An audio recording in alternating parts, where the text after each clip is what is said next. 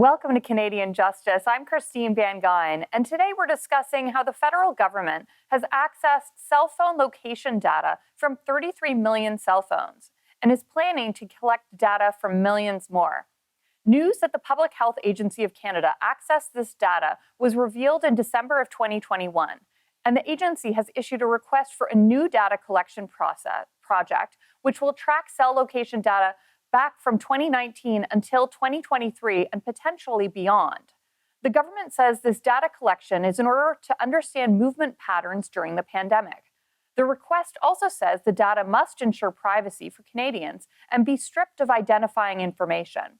However, some opposition politicians and privacy experts have concerns.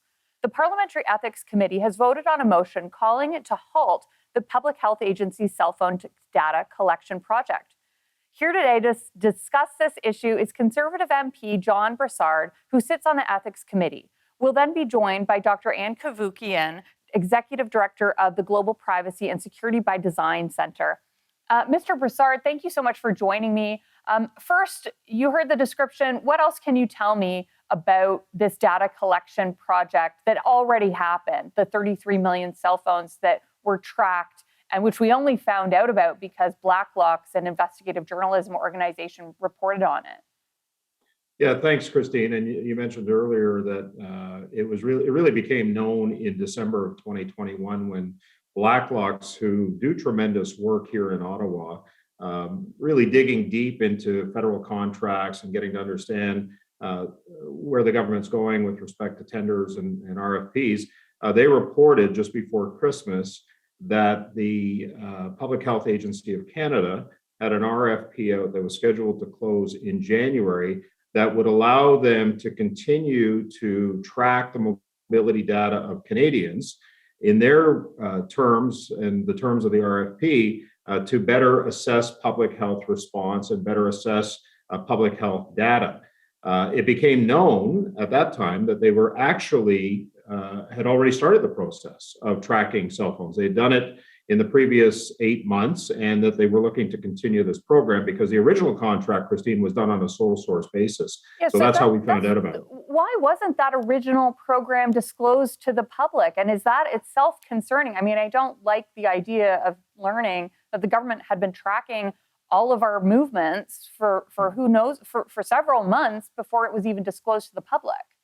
Yeah, and in the testimony at committee, the Minister of Health, Jean-Yves Duclos, had said that the Prime Minister went out in December 2020 and had talked about this particular program. But the challenge is in the distraction of a pandemic and people worried about, what's happening with the pandemic, very few people knew about this. Did you know that, for example, that the mobility data on your cell phone was being tracked? I certainly didn't. That's concerning in and of itself that they were actually secretly tracking this data, but worse than that, they didn't ask for my consent.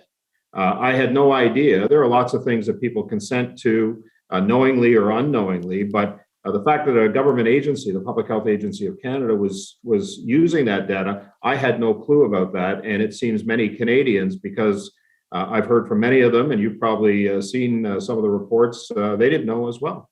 Now, was that program that already concluded, did that violate any privacy laws, the way it was conducted?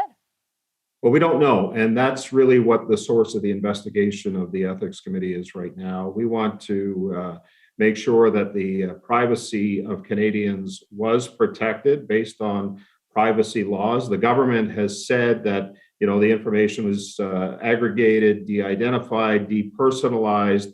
But security experts like Dr. Cavoukian and others have told the committee, and even in advance of their committee appearance, had said that without the proper security protocols or measures in place, I find it awfully difficult to take the word of the government. And this is what we're trying to get down to, deep down onto, is to make sure that the information was protected and it followed all of the privacy laws in Canada. Now, nobody is disputing the fact that data can be used for good purposes. The principle of whether the protection of these privacy rights of Canadians was done in a manner that was secure and the protocols were in place. When we come back from this commercial break, I want to talk to you, Mr. Brassard, about the plan to continue this monitoring for potentially years to come. We will be right back.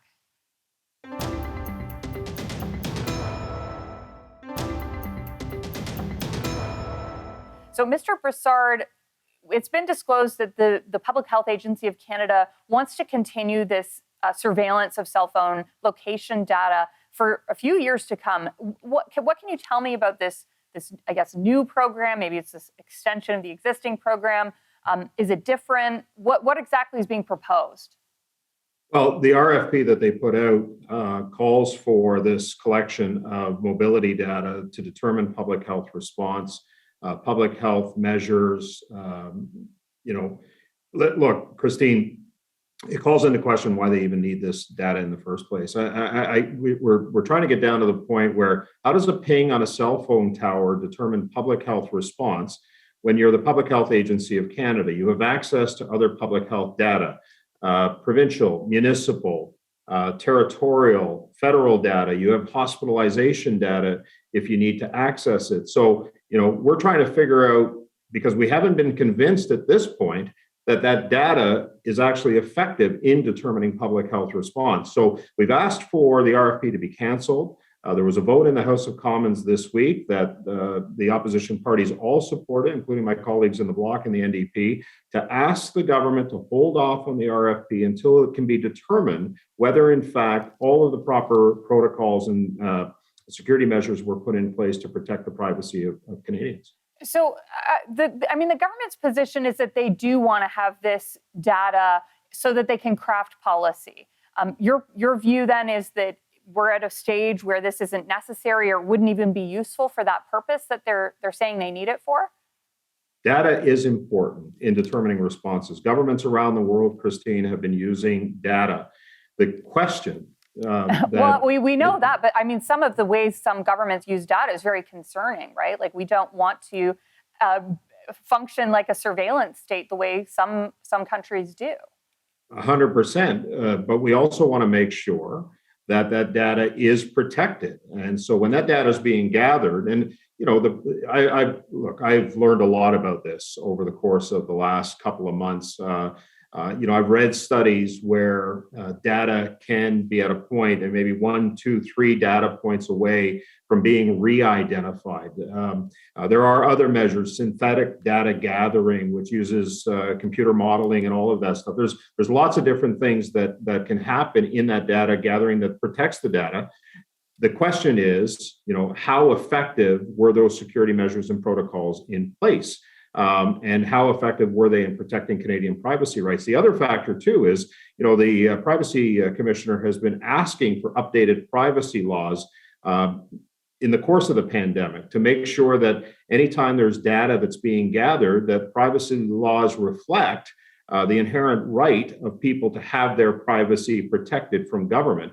We've seen massive overreaches. You're right. We've got to be concerned about that. Even this government, we've seen massive overreaches in other data collection measures. We just want to make sure that if these programs exist, that the privacy and protection rights of Canadians are in place. So what would be a way to better ensure the protection of the privacy of Canadians? Is there any gap in the law? Because frankly, the fact that they can legally, or maybe not, collect this information at all is troubling. Is there a gap in the law that is making that possible?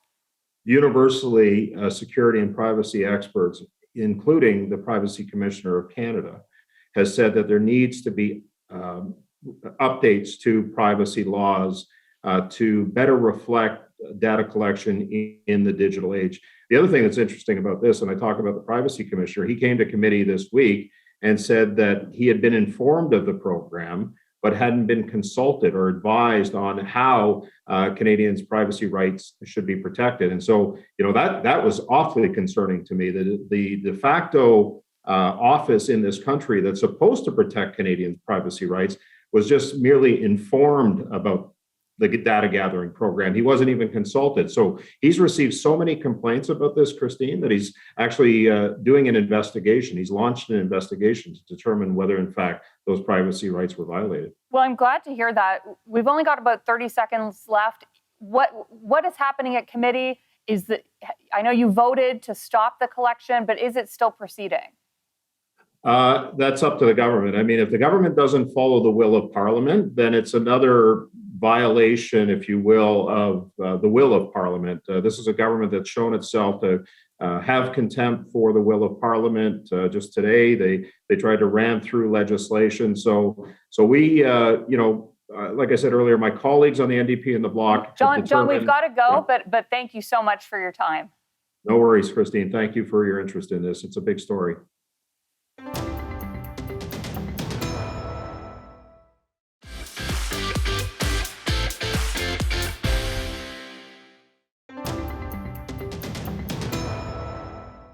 Welcome back to Canadian Justice, where we're discussing revelations that the federal government has been monitoring and surveilling the cell phone location data for millions of Canadians.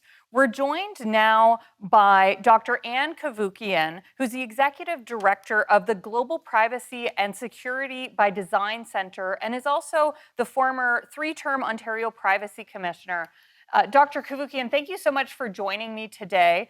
I wanted to start by addressing something that Mr. Brassard had raised in the last segment, where we laid out kind of what happened here. One of his concerns is about the possibility of the anonymized data being de-anonymized. So how difficult would that be to achieve? And what would the implications be for the privacy and security of Canadians if someone was able to de-anonymize that data? Let me start by saying the government, PHAC, the health agency, Public Health Agency of Canada, they collected this data without telling anyone. There was no transparency associated with their collection of health information on, I think I said 33 million people relating to their digital movements, their phones, their digital phones, tracking their whereabouts, coming and going. That is, to me, the largest transgression, because there's no notice, no transparency. They didn't consult with the Privacy Commissioner of Canada. It was appalling. And they said, well, we de-identified the data, so there's no problem. And I'm not suggesting that it wasn't done properly. They used TELUS. TELUS is amazing at the strength of their de-identification. So I'm not suggesting they did a poor job, but what I'm saying is nothing is completely anonymized. You know, these days, the ability of hackers to break into systems is just unbelievable. So the fact that this transpired without any notice to individuals, no transparency, that to me is the worst problem here. So what would be an example of what an implication could be if a hacker could access the de-anonymized data? What could that mean for someone? You could track someone's whereabouts. Everybody's got a mobile phone. You've got the mobile phone, it's with you. You can track someone coming and going, who they're associating with, things of that nature. And, you know, phone information these days, it's very sensitive data because your mobile device lives with you and basically tracks everything you're doing. So, I mean, a lot of our cell phones already do this on their own, right? People have an Android phone. Their Android is always tracking their data. So how is it different how are the hacking risks of a private company like Google or Android, how is that different from the risks to the government?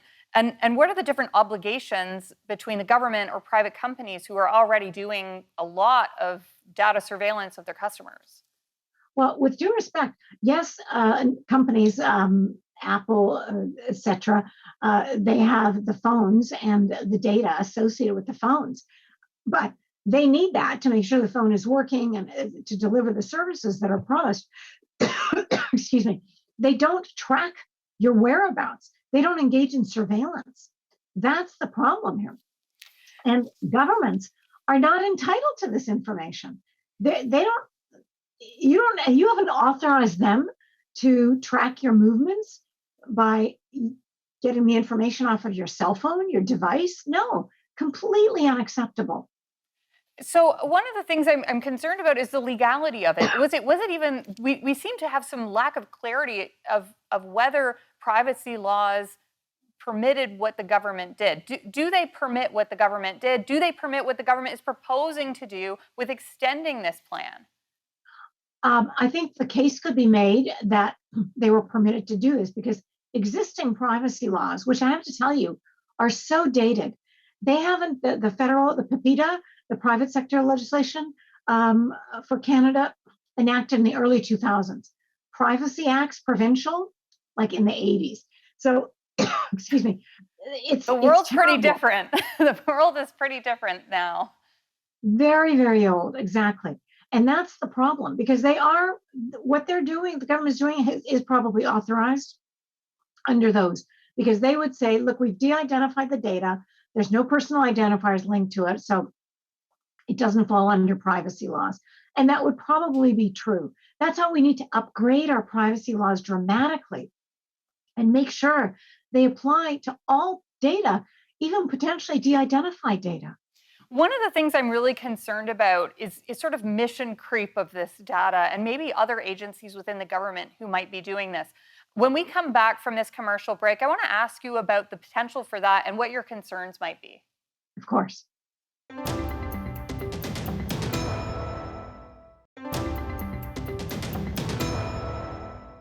Welcome back to Canadian Justice, where I'm talking to Dr. Anne Cavoukian about the revelations that the federal government was surveilling the cell phone location data of millions of Canadians. Now, Dr. Cavoukian, I want to ask you about potential mission creep for this data. Right now, the Public Health Agency is saying they want it, but should we be concerned that other parts of government might want access to this data? I can imagine law enforcement in particular would love access to data like this. And we also don't know how many other examples of, unbeknownst to us, agencies might have been tracking our data over the last few years within the government. It might not be limited to Public Health Agency. That's right, Christine. And I would be concerned of within the government, other departments within the government wanting to gain access to this information. And, you know, it's an easy sell. They go to Public Health Agency of Canada and say, look, we're with law enforcement or whatever group, and we would benefit enormously. Let us take a look at this data. So the concerns are real. And often that kind of third-party external authorization is lacking, and third parties may be able to gain access to this.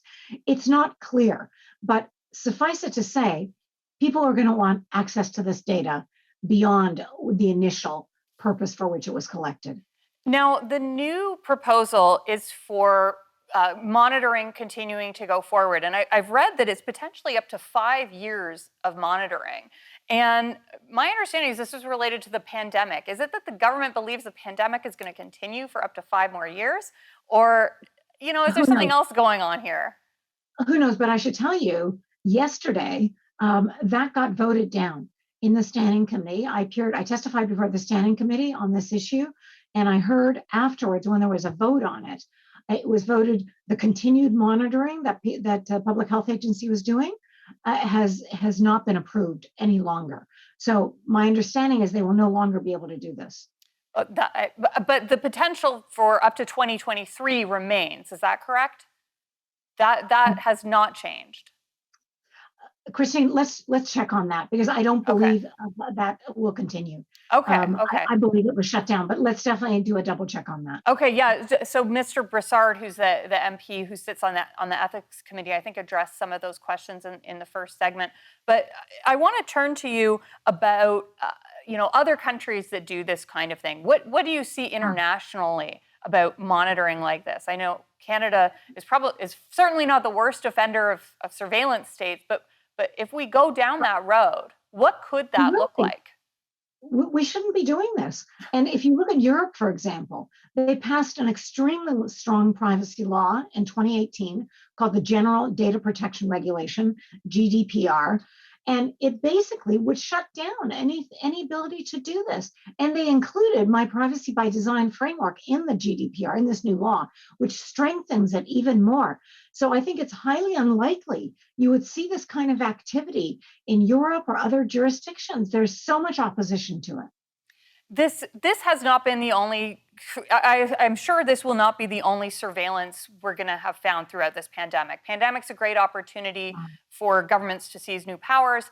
Do you think we're going to, when this pandemic's over, be living in a world with more surveillance, at least here in Canada?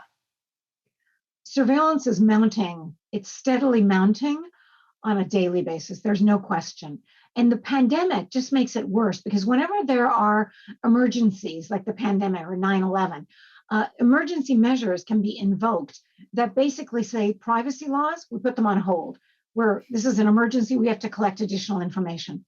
But the problem is, after the emergency is ended, rarely is it the case that those new emergency measures are ended. So 9/11, that continued for years. So my fear is with this pandemic, and it will be coming to an end, hopefully sooner than later, but there will be an end to it. We have to insist upon these emergency measures, full stop. We have to put an end to them. Well, Dr. Cavoukian, thank you so much for coming on today to share your really important insight. I hope our politicians are listening. My pleasure. Thank you very much. We've heard today about a disturbing report that the federal government was monitoring the cell phone location data of the public without our knowledge, and that they're planning to continue this surveillance.